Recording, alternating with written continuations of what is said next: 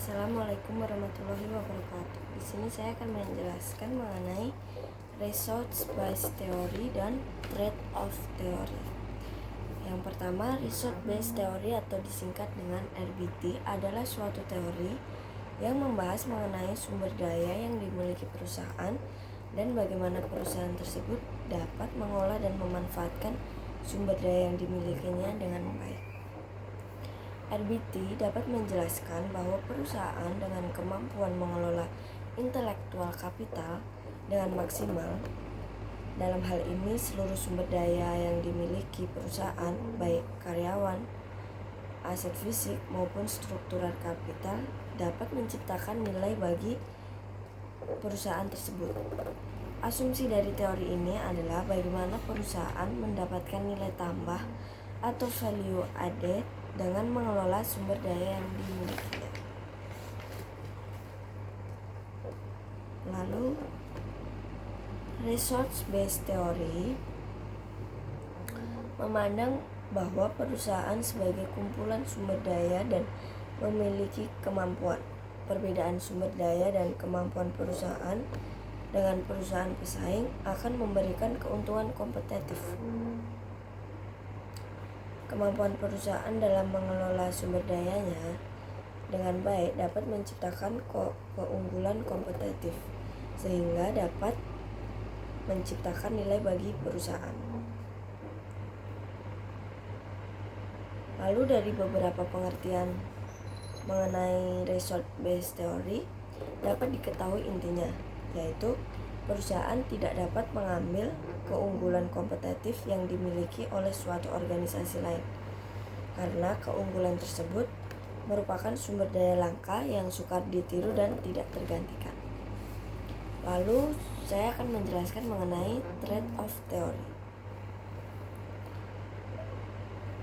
Teori ini mengemukakan bahwa perusahaan akan memaksimalkan nilai perusahaan berdasarkan pertimbangan akan biaya memegang kas dan keuntungan dari memegang kas. Perusahaan akan melakukan cash holding dikarenakan adanya keuntungan yang berasal dari motif transaksional dan motif berjaga-jaga.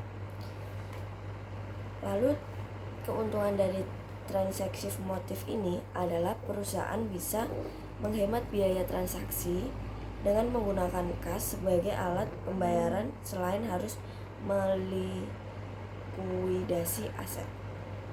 Sedangkan precautionary motif menunjukkan bahwa perusahaan bisa menghimpun cadangan kas yang lebih banyak untuk menghindari adanya resiko di masa yang akan datang atau membiayai aktivitas dari investasinya. Teori ini berpendapat bahwa tingkat cash holding yang optimal, yaitu dengan mempertimbangkan biaya peluang atau opportunity cost yang muncul akibat dari menahan kas serta manfaat yang diperoleh dari kegiatan tersebut.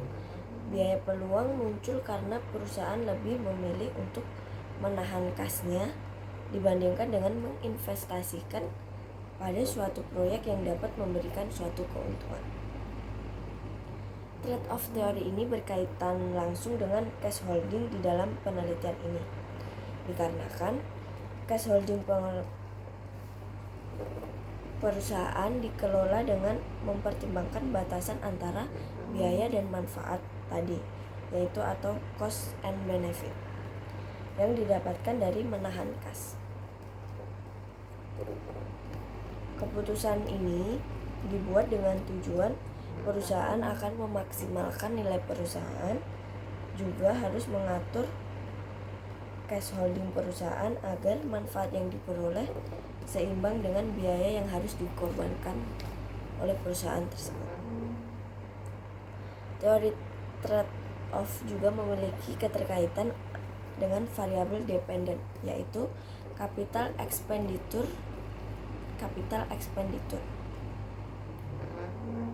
Di sini capital expenditure menyatakan bahwa kepemilikan kas karena asumsi bahwa perusahaan-perusahaan dengan capital expenditure yang tinggi akan memiliki jumlah uang tunai yang cukup untuk menjadi penjaga bagi biaya transaksi yang terkait dengan modal luar dan peluang biaya. Lalu dengan keberadaan cadangan kas ini, maka cash holding yang dimiliki perusahaan akan tinggi. Demikian yang dapat saya sampaikan. Sekian, wassalamualaikum warahmatullahi wabarakatuh.